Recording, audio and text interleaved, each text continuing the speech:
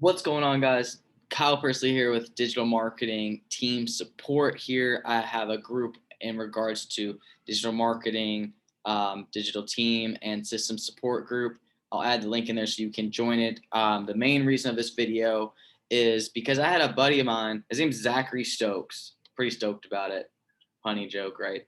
But he helps businesses owners get access to better payment processing rates.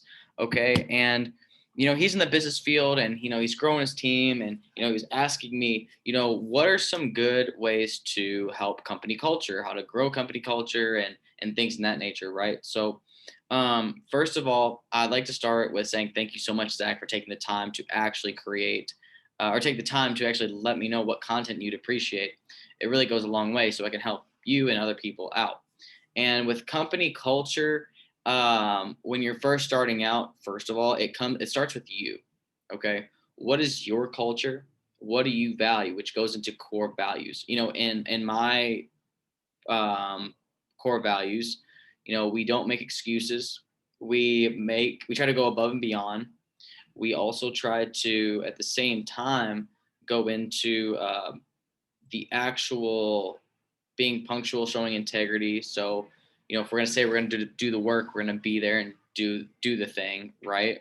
And we try to, on top of and being in having integrity, we talk about being punctual and having good communication and going above and beyond again, right? So all of your core values, you make a list of your core values, you live by those, and you share it to your actual team.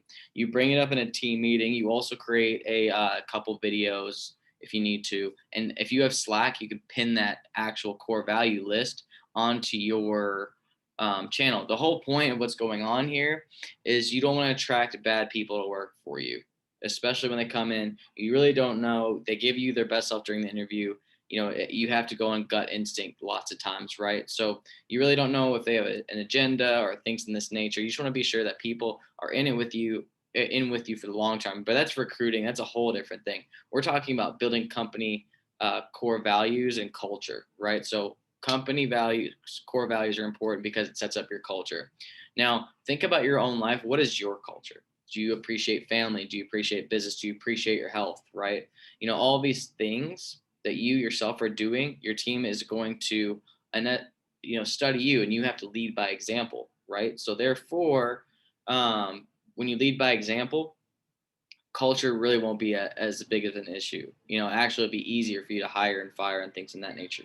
And you can really find out who's actually with you and for you and who is not really with you at the end of the day, right? So that is my quick simplified tidbit on building company culture there. It's nothing too crazy. It's pretty practical actually, because you could just have one business and it's one person, that's you, and you can just study your core values and understand your culture and what you appreciate. And the thing is, it'll even help you and your team become better because you'll consistently see new things, right? So at the end of the day, I wanted to make sure that I took the time to create this video because I said I would, core values, right? But everyone who's in my private group knows I always bring value. If you're not in that group, feel free to click the link in the description to add yourself to it.